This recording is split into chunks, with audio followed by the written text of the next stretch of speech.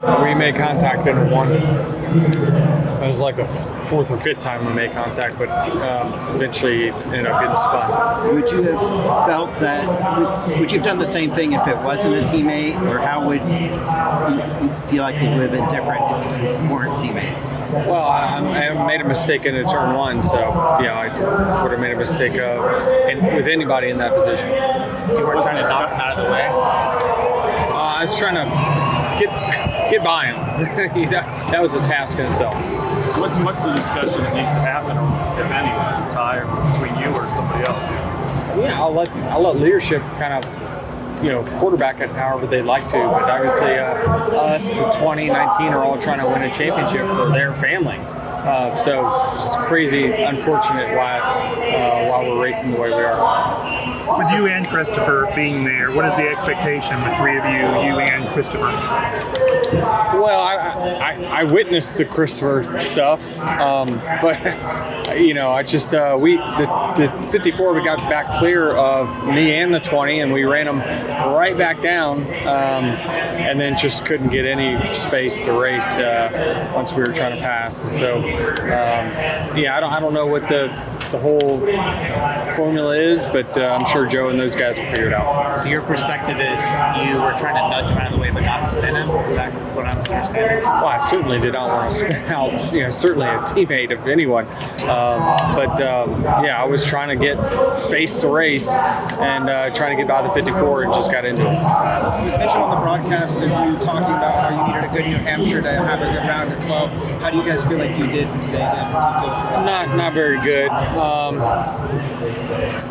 Just couldn't get going on restarts. I didn't do a good job there, especially on the bottom restarts. And it just was an average day. It's been a while since we've really kind of been this average at this track as Toyotas as a whole. So just gotta get a little better. I know in the past you've said that you and Ty talk about things and have a pretty good relationship, as far as you mentoring him. Have you continued to be doing that recently, or has anything changed in that sense? Of course. I probably have I definitely have more dialogue with him than any of the other teammates that I have. But yeah, he's just got so much to learn, and certainly got a very high ceiling of talent. Just understanding down and distance seems to be the struggle. He said game on afterwards. Are you worried he could do something crazy in the next couple races? No, I'm not worried about it. Probably was looking for more of a break than he got. That's what I would guess. That's what I saw. And the hard part is, the 54 is trying to win races and make a name for himself as well. And so everybody needs more space than they have. That sounds like racing to me. So what is the right thing to do when it's a playoff car versus a non-playoff car in the same team? How hard are you supposed to race your teammates?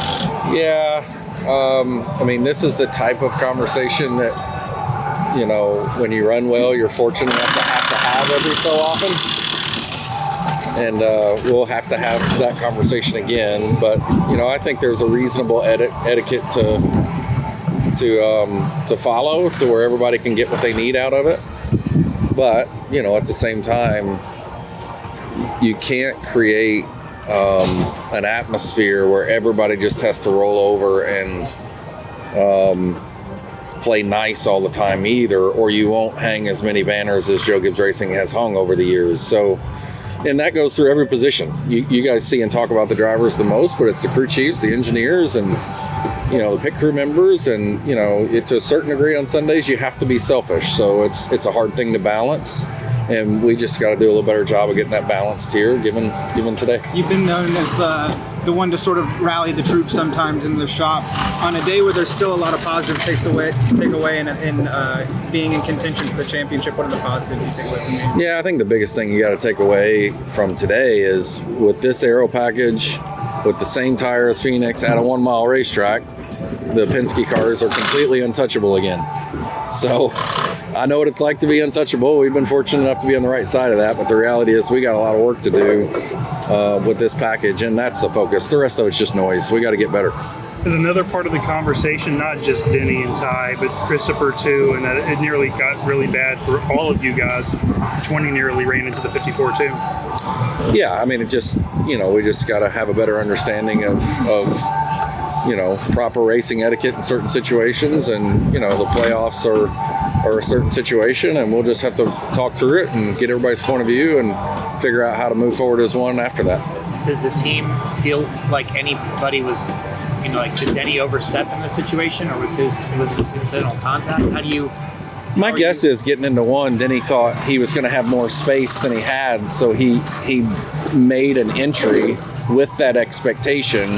And then when he had less space than he had, you can't just stop these big things on a dime when you're loaded up like that. So you've heard Denny and other drivers mention many times, getting into corners, you guess where the other guy is going to be. And if you guess wrong, sometimes, an error can be made. And, I can't speak for Denny, but that's what it looked like to me, and I would think that's what he said. Up until this point, has the vibes in the garage or the shop been okay? Like, was this simmering before this point? Yeah, I mean, sure, but again, like I said, every team member on Joe Gibbs Racing wants to win. I mean, we really do, like anybody, but want to win 38 races a year, and that type of mentality forces really competitive and truthfully really selfish mentality at times. So, you got to balance that and understand and respect it out of all of your competitors, and that includes the competitors inside your walls. Chris, the tire test here in July, obviously the 22 43 hard was so much faster than even the 20. And if that's incorrect, you can correct me on that. But nope, that's right. How does that carry over, or when you still got a couple months, maybe you don't close the gap, or did you feel like you closed the gap from the July? Because when you say, hey, look, for as good as Penske is here, they're going to be, potentially this is what leads to Phoenix.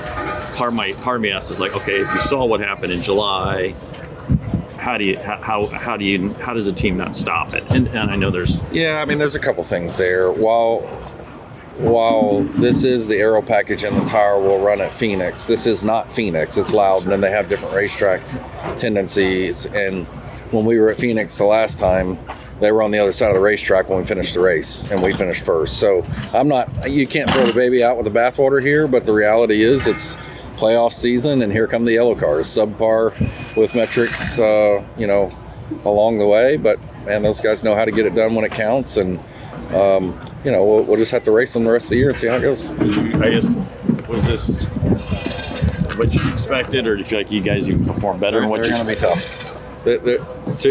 They're too good. They have a championship race winning pedigree that goes back decades.